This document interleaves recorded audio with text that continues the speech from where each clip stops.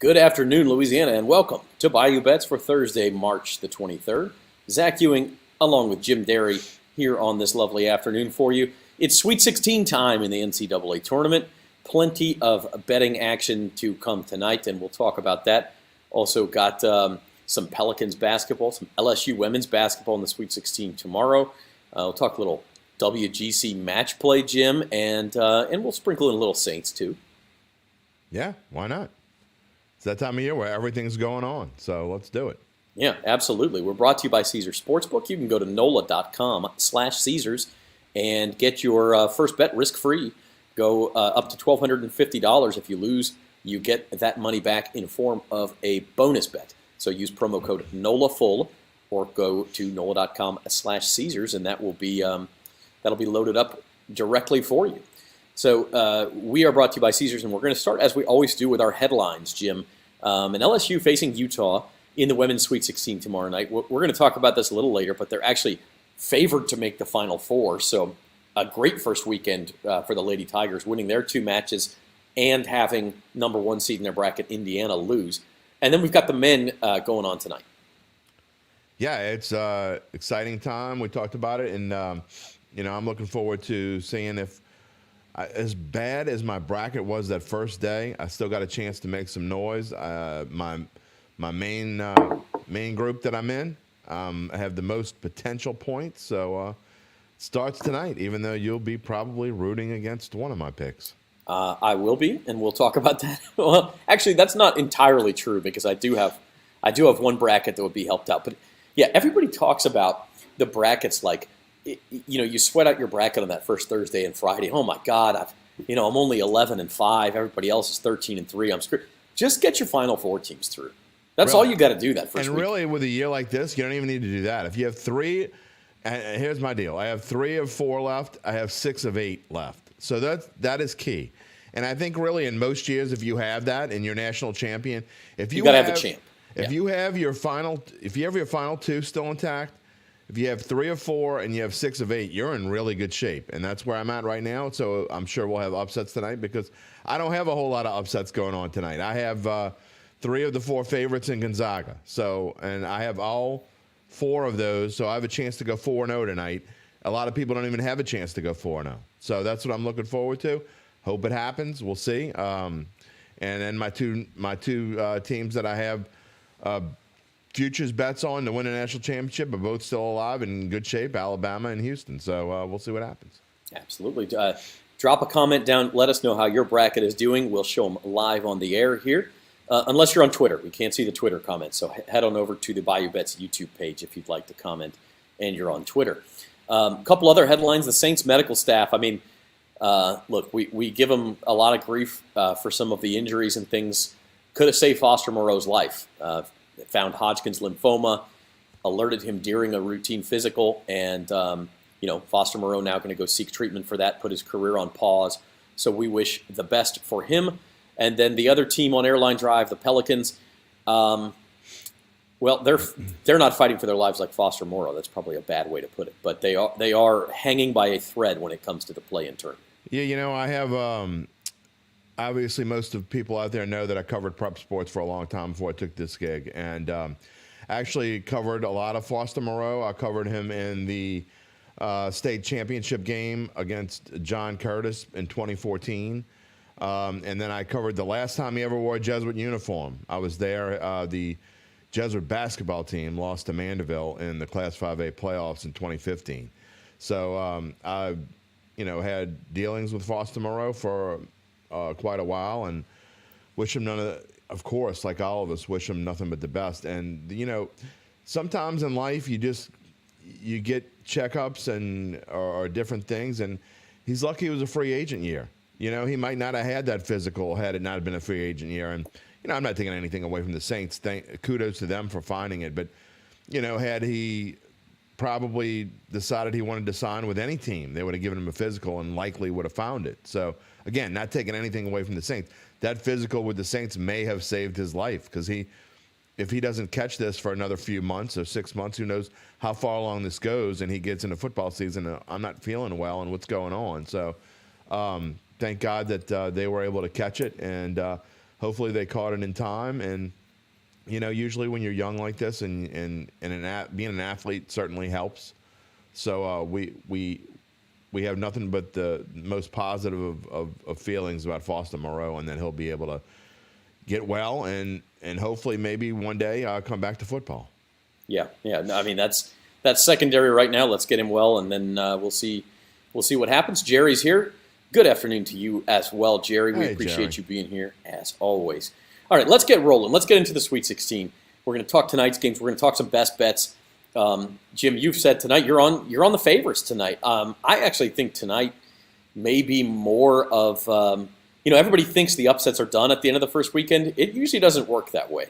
Now there's no number 1 or number 2 seeds playing. Well, UCLA is the number 2 seed playing tonight, but they're only a 1-point favorite. So there's a lot of teams nobody expected, but you think it settles down.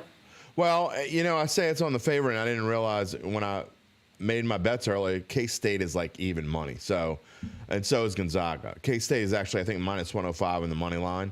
Gonzaga's dead even money at the moment at Caesars. So I just made they had a profit boost. If you're on Caesars often, you probably have those profit boosts as well. They have a 50% profit boost for a parlay, 4-leg parlay of plus 400 or more. And no matter what you bet, it's going to be plus 400 if you bet a 4-leg parlay. On the money line anyway. In fact, I think almost any kind of way you bet a 4-leg parlay with this, you're going to get plus 400 or better. So, and if you don't do that, they have other boost. They have, I think I have 25% boost for the entire weekend that I will try to use. So my best parlay of the night is the one that's in daily best bets. I like the UConn money line to be paired with the Tennessee money line. Arkansas has some injuries. They have an injury that one of their key guards is injured. UConn, to me, is playing as well as any team in the tournament. I like that one the most. So if you told me to pick anything that I wanted to pick, just one pick, and I know it's minus 190, but I really like the UConn money line. The 4 points makes me a little nervous because, Zach, we've seen some weird bad beats. Gonzaga last week. Yeah. Oh, my God. Anything can happen towards the end. You're talking about free throws and different things and weird three-pointers that go in and whatever. So my top pick of the night, if you just wanted to make one bet, I really like the UConn money line. But I like Tennessee paired with it, and you can get that at about plus 110 at the moment, depending on where you shot. Maybe a little bit better than that at other places. But you do that with the boost at Caesars. That's a great play to me, great value. And so that is my play of the night, UConn and Tennessee money line paired up. I do like how Florida Atlantic is playing, but I think they're going to run into the buzzsaw now. I mean, they played number 8 Memphis, who I think was a little bit overrated. They got that 8 seed because they beat Houston in the AAC championship game, and then they didn't have to play Purdue. They got Fairleigh Dickinson, and they were tight with Fairleigh Dickinson. So Tennessee, great defense, really good guard play. I like Tennessee and UConn money line. I like Kansas State as well, not as much because I don't like betting against Tom Izzo, to be honest. And that UCLA-Gonzaga game is a complete toss-up. I have Gonzaga going on to the final 8, but it wouldn't surprise me at all if UCLA moves on. I really like the over in that game. I think that is going to be – I know UCLA has a good defense, but Gonzaga's got the top scoring scoring offense in the NCAAs. And UCLA, whenever they play a big-time opponent, they played Arizona a week and a half, 2 weeks ago, and they scored well over 136 points or 140 points. So that's 145, I believe. That is going down a little bit. I like the over in the UCLA-Gonzaga game. Honestly, I don't see how that's not the best game of the night. No, I love that game. It's the nightcap tonight. It's going to be fantastic stuff. And our fantasy baseball league, by the way, determines its draft order. We pick a March Madness game every year. And you get a player. There's 10 guys in the league. Each gets one of the 10 starters in the game. And you get your pick based on who scores first. I have. No, I don't even know if we've determined. But here, Spencer said he's got K-State money line, UConn, FAU, and Gonzaga on his boosted parlay. Well, Spencer's been picking against Tennessee since like December. Yeah, and you know what? Let's focus in on that game because this is Tennessee. Here comes your Rick Barnes BS. Look. Okay, I'll lead with that since you call it BS. Let me pour a little something in my Fresca. Yeah, pour a little. Okay. Rick Barnes has been in 27 NCAA tournaments, Hall of Fame career. This is his 27th NCAA tournament. How many times out of those 27 tournaments, I think he's played 53 games, has he beaten a higher seeded team? How many times in 27 years? I don't care. You're not going to guess? No, because I don't care. But you go ahead with your dunce cap. Dunce cap. Go put the dunce cap on. You've been poo-pooing on Rick Barnes since the tournament began. He's about to go in the final 8. One time has he beat? And that was final 8, and that's all he needs to do. That was in 2002, I believe, at Texas, and they were a 6 seed, and they beat 3rd seed Mississippi State. I went back and looked; they were favored in that game. So Rick Barnes they might win tonight. They're 4.5 point favorites against FAU. It's not a higher seeded team. Win. So they could win. I'm not saying it's impossible, but I would tell you my best bet of the night is FAU plus 4.5 because look, that makes me feel better about my pick. If the refs want to let Tennessee get away with a wrestling match like they did against Duke, then they probably will go to the Final Four. But you can't expect every reffing crew to do that. Here we go. Did you see that game? Like, I'm not trying to take anything. There were 11 fouls called on Tennessee in 40 minutes. On the whole team, 11.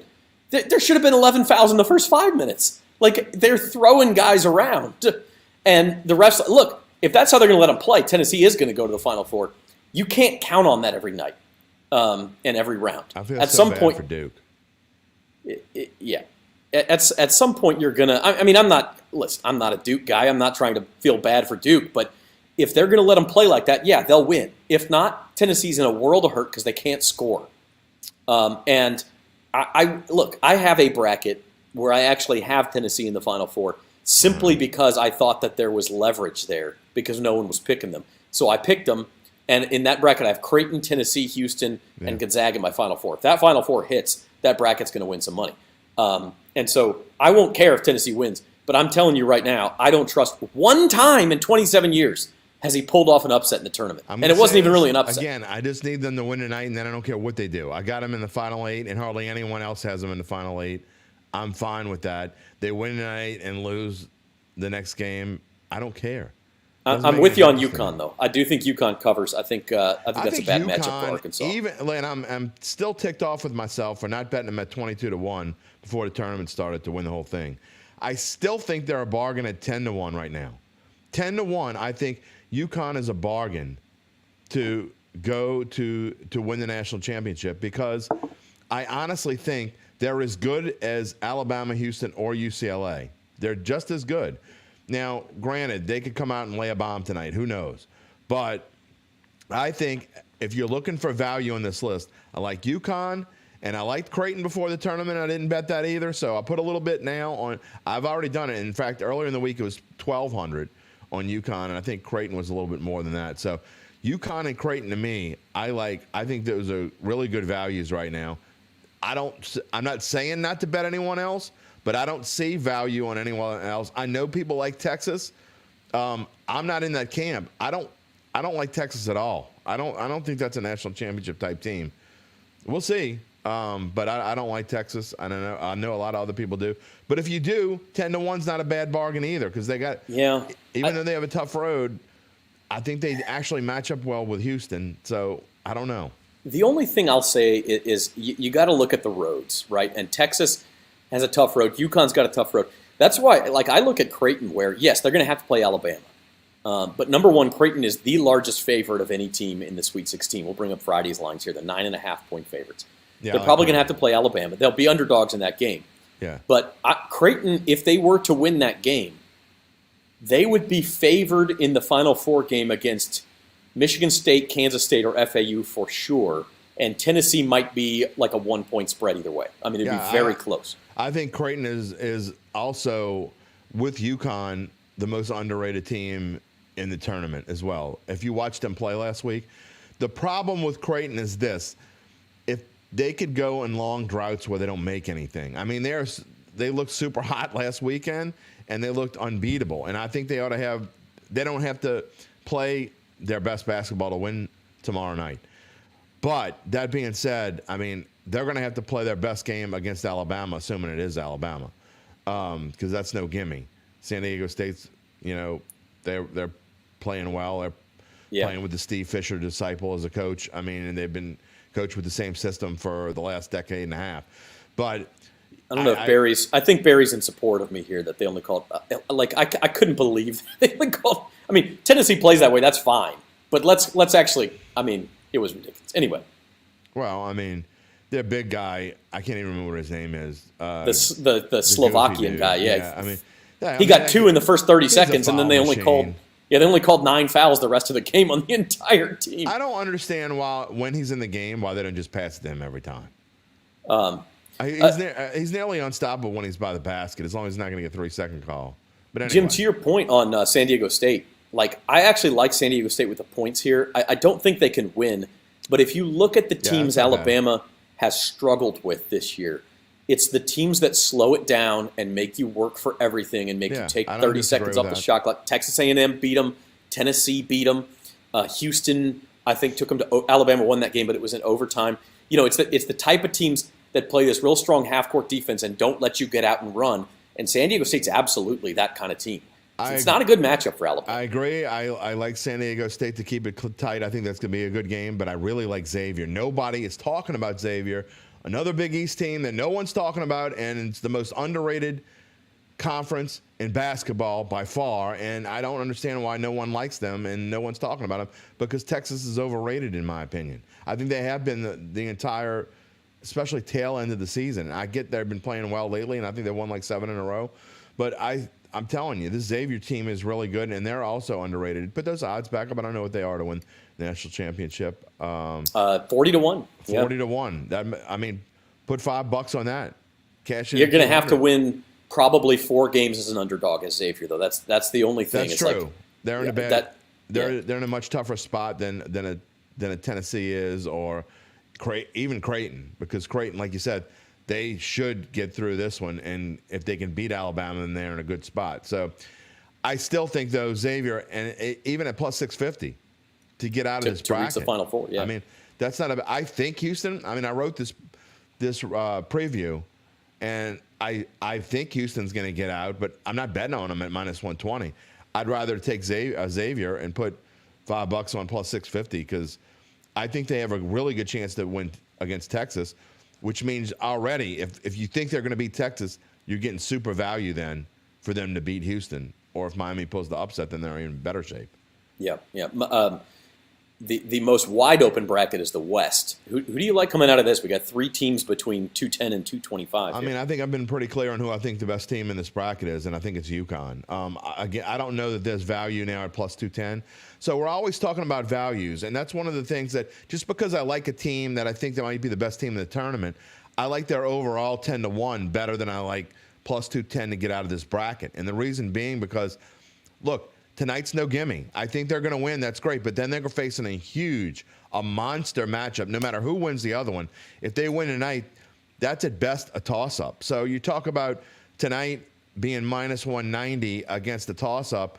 I don't know that there's 210 value there. That doesn't equate to 210, in my opinion. So there's too much vig on there. So I don't think you can bet that. But if you were forcing me to make a pick, I'd probably take UConn at plus 210. Gonzaga right behind. I wouldn't touch Arkansas. I don't think, even if somehow they win tonight, I don't think they can win 2 in a row against this type of talent. No, I don't think so either. And then the East region, my favorite bet on any of these is Kansas State to make the Final Four plus 350.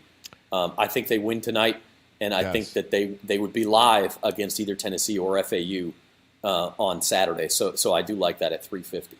Here's another one where value beats what I think is going to happen. I think Tennessee gets out of the bracket. There's no value on them at plus 125. The best value is Kansas State at plus 350.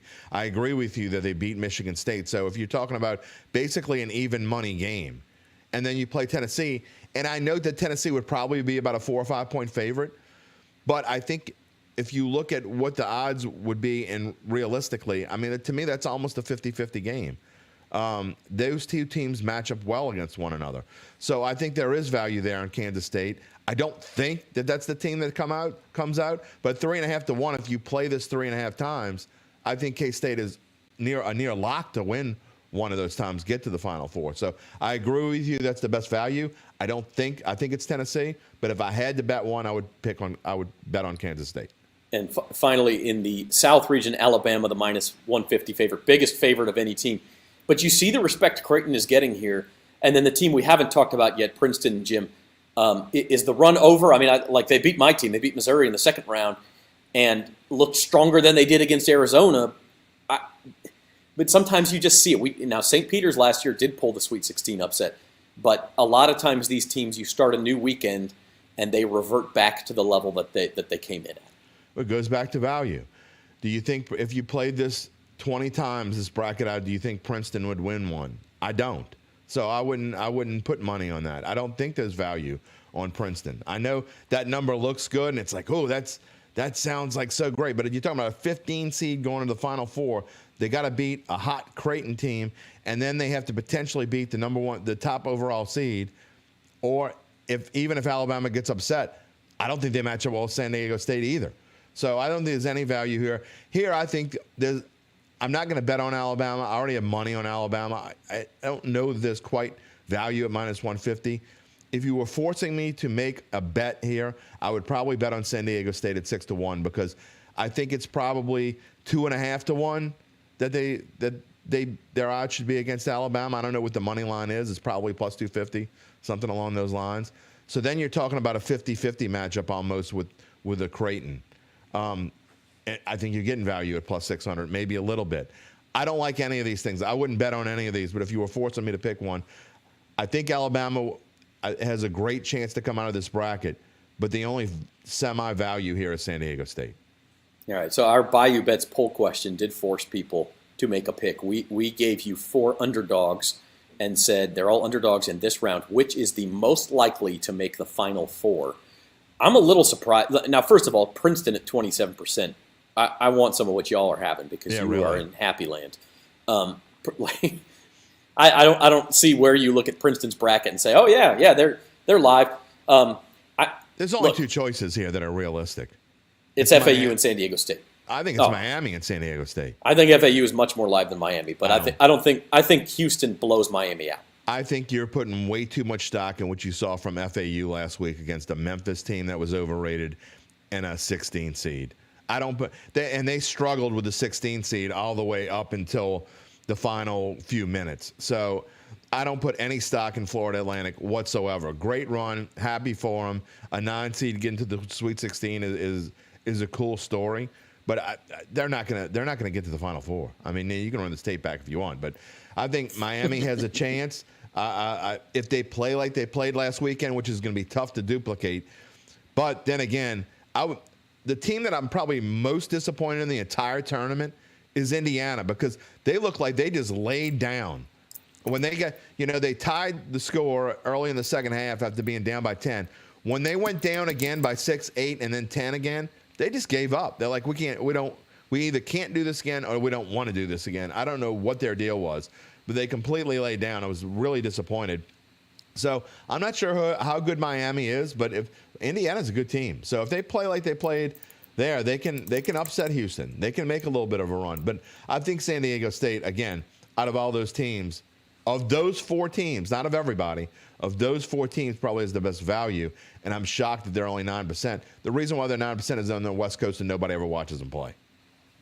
Yeah, and I mean, people they're not a sexy team, right? Like, again, they're going to play this slow-down style, but they have the number 5 defense in America, according to Ken Palm's efficiency rankings. So, I mean, that is a team that can absolutely give Alabama problems, make it a slugfest.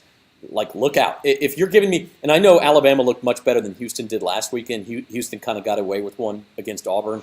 They were down at the half. They had to rally. Auburn missed a bunch of free throws. I got a feeling they're going to play phenomenally this weekend. I think Houston wrecks Miami. One thing about Miami is that, again, looking at Ken Palm efficiency, last weekend they went up against Indiana, number 45 defense in the country. So, not bad, but just sort of sort of mediocre. And then Miami's first game was against, now I'm blanking on who their 12 seed was. Miami, you're talking about? Yeah. Who did they beat? College of Charleston. No, it was Drake. It was Drake. That's because and Drake has the number 42 defense in America, okay? So they're going up against Drake in that game. Yeah, good but not great defenses. Now they're going up against the number 4 defense in America in Houston. So, look, it's going to be different. Houston can turn your water off. I think Miami's in for a world of hurt. That actually may be my favorite bet of the Sweet 16. I think that Houston had Kelvin Sampson had a week of, okay, you guys think you're really good. You played like crap in the AAC championship game and got your doors blown off. And then you limped into the tournament as a 1 seed and you think you're just going to walk your way and play a home Final Four. I look for them to come out and play with, I would give the 7.5. I think they're going to blow Miami away. After everything that I've said, I just think they're on a mission, and I think there was some hard practices in Houston this week. So I would expect Houston to come out guns a-blazing. That might be the only game where I actually will take the favorite and lay the points. Maybe Creighton. I probably won't touch that game, to be honest. But yeah, it's too many points. If I had to pick there, I would lay the points. But I really like Houston to win by double digits. Yeah, I agree. I think that between the two of us on one we agree on, that might be our best bet of the weekend. Okay, so the men's Sweet 16, the men's tournament resumes in about an hour here at 5:30. So looking forward to that. We also want to talk about the ladies. They resume tomorrow. One of the first games, a 4 o'clock game, LSU and Utah playing out in Greenville, South Carolina. And again, I don't know if this is a referendum on the seeding, but LSU, a little surprised when the brackets came out that they were a 3 seed and not a 2 seed with only 2 losses, one of them to the number 1 team in the country. But they get a 3 seed. Well, lo and behold, they're playing the 2 seed. They're 5-point favorites, Jim. Yeah, not only that, the committee did them no favors by putting them on the same side as South Carolina. So even if they do make the Final Four, they got to play them in the semifinals. I don't understand what was going on there. They got hosed, in my opinion. I understand they weren't playing great towards the end of the season, and I know that loss in the SEC semifinals to Tennessee really hurt them and obviously stole their 2 seed away from them. But, I mean, one could have argued, had they won that game against Tennessee and played South Carolina tough, that they should have been a 1 seed. So to be a 3 seed is kind of a joke, in my opinion. I don't understand what they were looking at there. And now the lines makers are basically backing us up by saying they're a 5-point favorite. You don't often see a 3 seed over a 2 seed as a 5-point favorite. So, look, with the 1 seed going now, they have an excellent chance to make the Final Four, and that would be a great stepping stone. I'm not betting against Kim Mulkey, at least not into the Final Four. But I think that LSU has an excellent chance to win this game, and if they do, they have an excellent chance to go to the Final Four. Check out some of these same channels tomorrow. I will be talking with Scott Rabelais at 2 o'clock Central Time, a little pregame show for that LSU Utah game. It's interesting. Kim Mulkey talked last weekend about how their goal was to make the Sweet 16, that was an improvement on last year, that was number 1 goal, and they got that accomplished. 2 pretty easy wins against Hawaii and Michigan. So you could make the argument that even if LSU were to lose tomorrow, that, hey, this season was a step in the right direction. And look, every team is disappointed unless you win the national championship. You have that initial feeling of disappointment when your season ends. But I think for LSU, it goes a little beyond that. If they were to lose now, or even on Sunday in the Elite Eight, you'd feel like you left something on the table, I think. I mean, this is a team with Angel Reese improving the way she has and Kim Mulkey showing what she can do. And yes, better things may be in the future. Look, you're favored to win the region, to make the Final Four. 2 number 1 seeds are already out. The other one is Virginia Tech, which is a pick-em against Tennessee. LSU's the 3rd favorite to win the national title. I feel like you leave something on the table if you don't make the Final Four as LSU. But we've seen LSU, lay eggs before throughout the last month and a half. There are the games where, and I'm not just talking about games that the 2 games they lost. I'm talking about some games that they should have won easily, and they kind of didn't play as well as we think they should have. But whatever, none of that matters now. Let's talk about what happens if they lose. I mean, I'm not one to say, I'd rather talk about what happens if they win. I agree. If they make it to the Final Four, that is a huge step in the right direction for this program. But we knew that they were going to take a step in the right direction with this coach. I mean, this coach doesn't accept anything but, championship type play, and that's where they're going. And South Carolina's going to be a lot different team next year. Aaliyah Boston finally gone, I believe. Thank God. Yep. So it's going to be a different thing next year. But look, I got South Carolina minus 180. And if you force me to pick right now, I still think there's value at minus 250.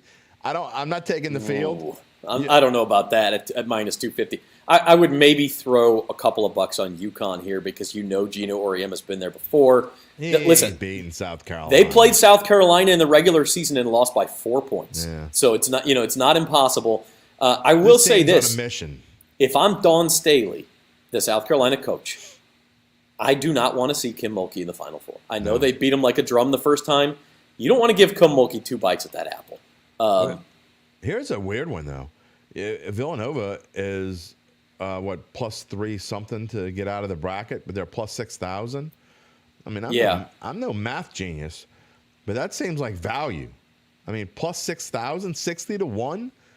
If you're looking for some value, I'll put a buck or two on that. I mean, well, they're favored to make the Elite Eight, right? And so if they do that, then you've got 60 to 1 on one of the last 8 teams. Yeah, I mean, I don't understand that. Those odds don't make any sense at all because no one's going to bet it. That's why it's at 60 to 1. So if you're looking if you want to bet on something in the women's tournament and you don't want to bet on South Carolina, I'm not betting on UConn. I don't think they're that great. And I just LSU on the same side, and then they'd have to win that one. How much emotion would they have spent if they somehow upset South Carolina to win a national championship? I don't want that. And I know it's the same thing with Villanova, but that's different because you're talking about 60 to 1. So to me, a team that's plus 325 is 60 to 1. A team that's minus 125 is 10 to 1. It doesn't make any sense to me.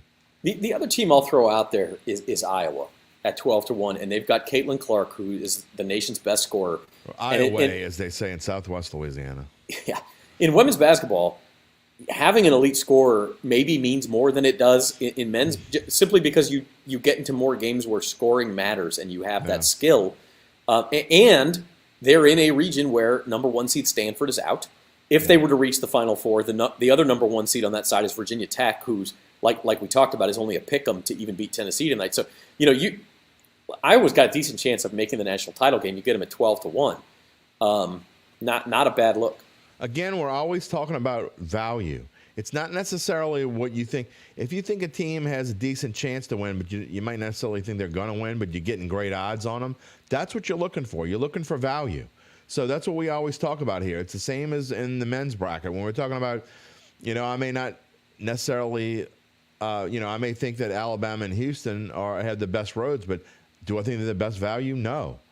So, that's what we're looking at here. In this case, I'm telling you, I don't see anybody beating South Carolina. I still think you can disagree with me, but minus 250. If you're forcing me to lay a bet, I'm not betting against them. I'm just not. You can have the field all you want. I'll take the 2 and you can have the 2.5 to 1 on the field. I'm taking the Gamecocks. Yeah, I think they'll win. I'm not betting minus 2. This is a team that has gone to overtime twice this year. They beat UConn by 4 points. Like, they're not unbeatable. I just don't think with 4 games to go. No one's unbeatable. But at 2.5, at 1 to 2.5, if you play this tournament 4 times, you tell me you don't think they're going to win 3 times?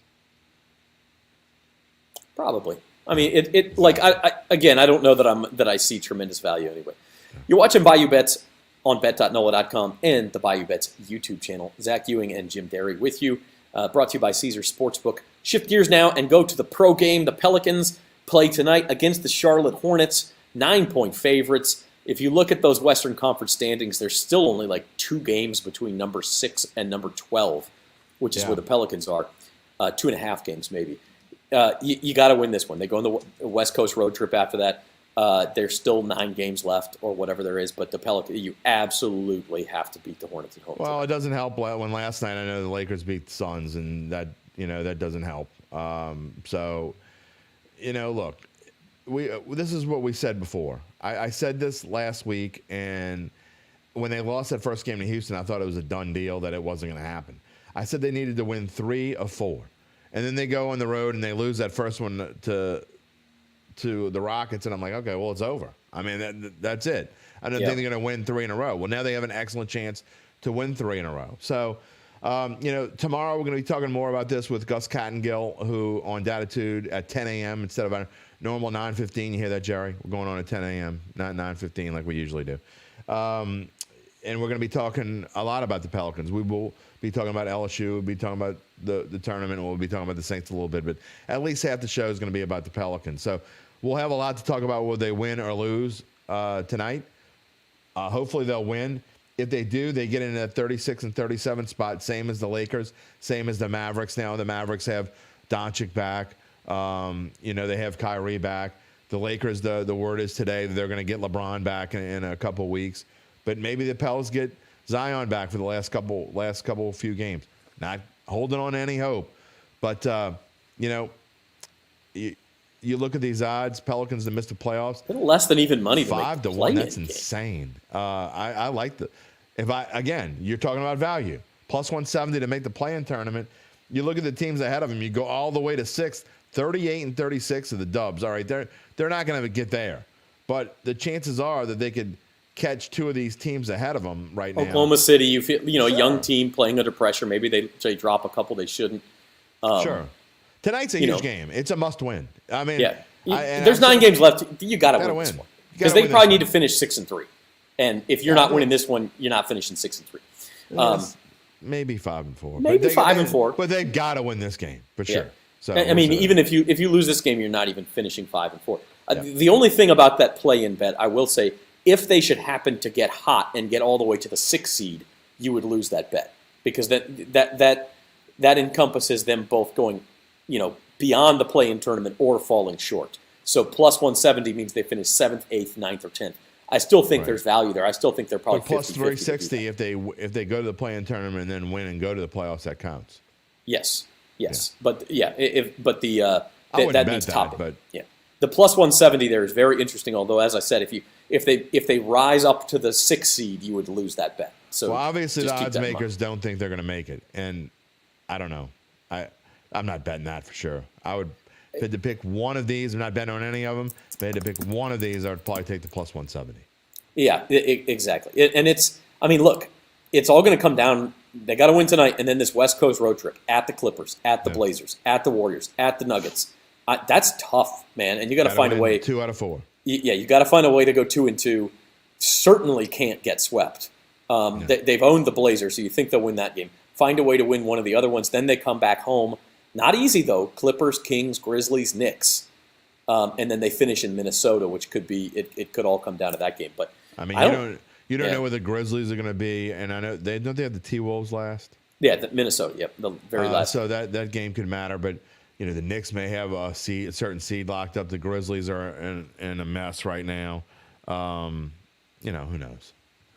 All right, real quick. Let's see. I don't think it's time to give up on them just yet, but it's real close. It's getting there. This West Coast road trip is going to be a gauntlet. Yep. All right, well, I want to talk a little quick golf before we go. It's getting into the best time of year for golf fans. The Masters in 2 weeks. Then you have one major every month in April, May, June, July. One of my favorite events of the year is going on right now, the WGC Match Play in Austin. And so it's not the only basketball's not the only bracket out there. Like, this is a fun deal. 4-player groups, and then whoever wins their groups goes to the round of 16. They play round of 16 and quarterfinals Saturday. They play semifinals and the final match on Sunday. So match play is a ton of fun. I was thinking, Jim, like Scotty Scheffler. I looked this morning, or when he teed off a couple hours ago, and he was like he had lost the first hole or one of the first 2 holes. Oh, maybe because he won this event last year and he's the best player in the world and he's great at match play. And you think, well, maybe he's showing some signs of weakness. Yeah. So I just went back and looked. The guy, let's see, he was still 1 down going to number 5. He birdied number 5, but so did Alex Noren, who he's playing. So he's still 1 down. Did you see some of those shots leading up to the 30, 40 minutes before we came on the air? Then he went birdie, par, birdie, par, birdie, and the game's over. The match is. I mean, he just put the hammer down. If you would have seen, we had our pre-production meeting. It was over about 3:20, so I went and turned golf on. From 3:20 to 3:50, he played as well as anyone I've ever seen play. He hit his approach shot. I forget it. I think it was on 13. He hit it within 2 feet, and then there was a par 3, and he hits the par 3 shot within 1 foot. The dude is ridiculous. Yeah, No, that's exactly what I said when I was watching it. I'm like, this dude's ridiculous. And if But you watch him, like I still don't want to. I still don't like him to win at plus 700. By the way, I think it's 600 now. Even the Ryder Cup a couple years ago when he faced off with John Rahm, and John Rahm at that time was still like considered a better player than Scottie Scheffler. Scheffler wrecked him. He is a match play, like that. He just lives for it because nothing bothers him. Yeah, it's just hard to bet against him. Although I did, and I know you did. I think we both bet Cantlay.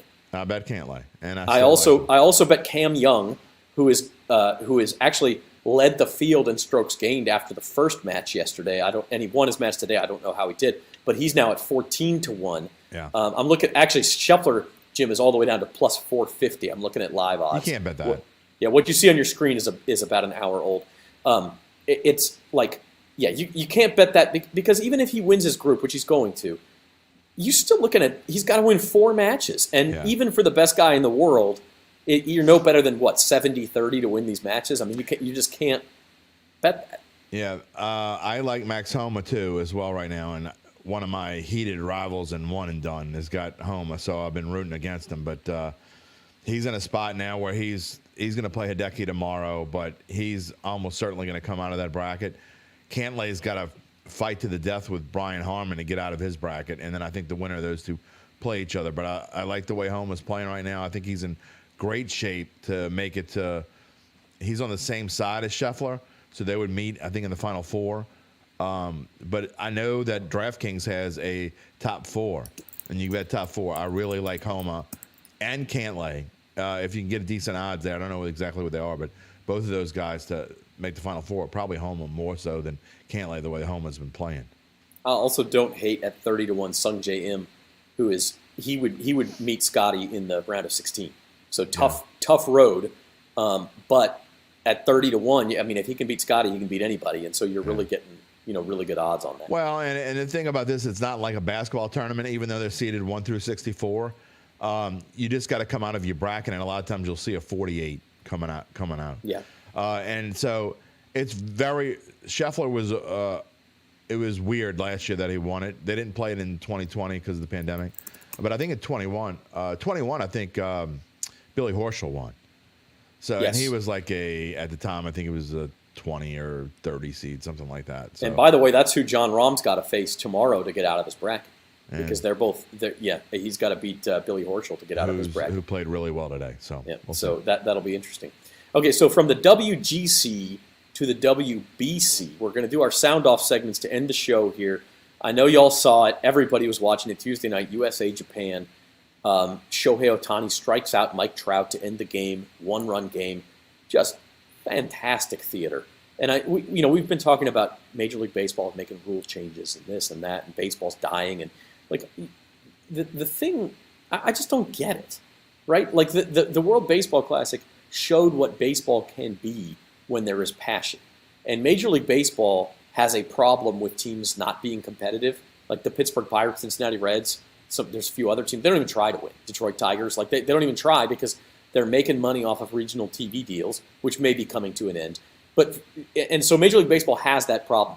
But to me, to say the sport is dying or that you find the sport boring, you're just not watching at the right times. Because that game Tuesday night was one of the most fun sporting events I've ever seen. I mean, there was just drama hanging on every pitch. There were double play balls. There was big strikeouts. There was big defensive plays. Home runs, everything you wanted, and then for it to end with Ohtani versus Trout in a sport where you're not guaranteed to get the best 2 guys in the world facing off, and they happen to be teammates, so they never face off in any other situation. It was theater of the highest magnitude, and it matched up with anything you can come up with in football, basketball, golf, soccer, any of it. I mean, it was unbelievable. So don't tell me baseball's dying. Major League Baseball has problems. The sport of baseball is just fine. And it was great because I bet on Japan. No, I'm not a trader. Yeah, I bet on Japan, too. I just thought Japan was going to win. Plus 130 was... Yeah. I will say this. Maybe it's a lead into me getting more back into baseball because I had a really rough time with baseball. I'm not exactly sure what it was, but last year I probably watched less baseball than maybe the previous 20 years for some unknown reason. It wasn't just because my team, the Chicago Cubs, stunk, because they've stunk a lot over 20 years. So it definitely helps draw my attention back into baseball, and I agree with you that I thought that this World Baseball Classic, it drew me in early, and it had me watching games that had nothing to do with the USA. I was watching other games as well. Oh, the Mexico-Japan game might have been an even better game. It's unbelievable. It was great to see, players, different. Mark DeRosa as a manager. And I thought he did a great job, by the way. Andy Pettit is a pitching coach, which I thought was outstanding. So I enjoy, some of these guys that were managing are players from not even my youth, like after my youth, and they're already managing in these World Baseball Classics. So anyway, I agree with you. I thought it was great drama, and I hope it continues into the season. I'm not a big fan of some of these rules changes. I think they're weird. I don't get the whole big base thing. I've never been a fan of a clock in baseball. I know you hate the shift change. The ghost run. Oh, don't even. The ghost runner now, that's the dumbest thing, 100%. But it's been fun so far. And one thing we did see in the World Baseball Classic that we are not going to see in the regular season is that we're using the old rules. So we'll see how things change here in the first few weeks of baseball. If they might lose me. I hope they don't. But some of these rules might lose me. We'll see. I'm not a big fan of Rob Manfred. I think the clock's going to be a good thing. We'll see. I really do. We'll see. I'll give it a chance. But we will have much more baseball opening day 1 week from today, so we'll have much more on that next week and some odds. And Spencer will have the fantasy roundup on Tuesday, his big baseball preview. You don't want to miss that. But in the meantime, Jim, the NFL draft's a month away too, and reports and odds say that C.J. Stroud is going to be the Panthers' #1 pick. What say you? What say me? I say general managers need, if this is really true, then, this is the fact that Anthony Richardson is climbing up draft boards. If that's really true, there are general managers that really need to go out and probably need to take up, I don't know, hockey, inline skating, go to the park on Sunday. The pigeons need to be fed. I don't know what's going on. Who in the world would think, besides Ohio State fans, would think C.J. Stroud is a better choice than Bryce Young?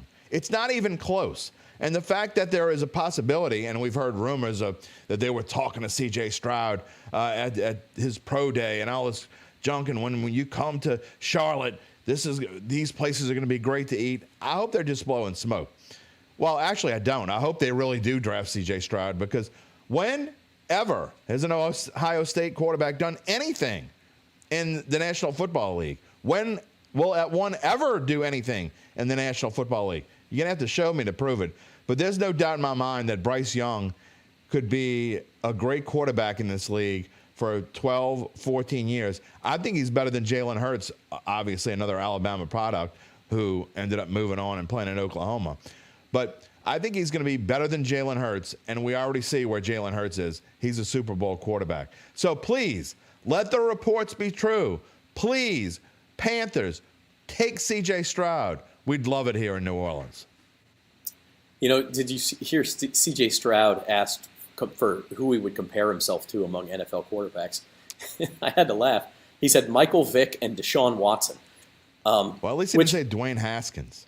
I mean, look, as far as the way they played, those are great comparisons. I just don't know as like an image thing if those are the guys you want to compare yourself to. Oh, Michael Vick got a bum rap. But yeah, he did. And C.J. Stroud followed it up with, I thank God for my God-given talent, and I want to, I'm a devout Christian, and those sorts of things. So it was just kind of a funny juxtaposition, but it will be interesting. And so after we do get through baseball, look, we got a good month coming up. We got Major League Baseball opening day in a week. A lot of draft talk coming up. Then we have the Masters the week after that, and then we've got the NFL Draft, which we can talk about all month long, as well as, of course, the Final Four. LSU could be in the women's Final Four. Plenty of stuff to discuss as we move on. And you football fans out there, I know we're going to be talking about it here on Bayou Bets. We're certainly going to be, after this week, we're going to talk Pels. But if they lose tonight, this might be the last time we spend any time on Datitude talking about the Pelicans. So tomorrow morning, 10 a.m., live with Gus Cattingill, and then you can hear my monologue tied in, and we'll have the whole show for you wherever you get your podcast, Attitude, tomorrow morning. And after this week, again, we're going to definitely start focusing our attention more towards the NFL Draft and, of course, what it means for the New Orleans Saints. All right. So that's lots of good stuff coming up, and we will be back on Bayou Bets on Monday at 4 o'clock, March the 27th. We will have a men's Final Four field set. We'll talk lots of baseball opening day. and, of course, much, much more. Join us then, 4 o'clock on the Bayou Bets YouTube channel. For Jim Derry, I'm Zach Ewing. Thanks for watching.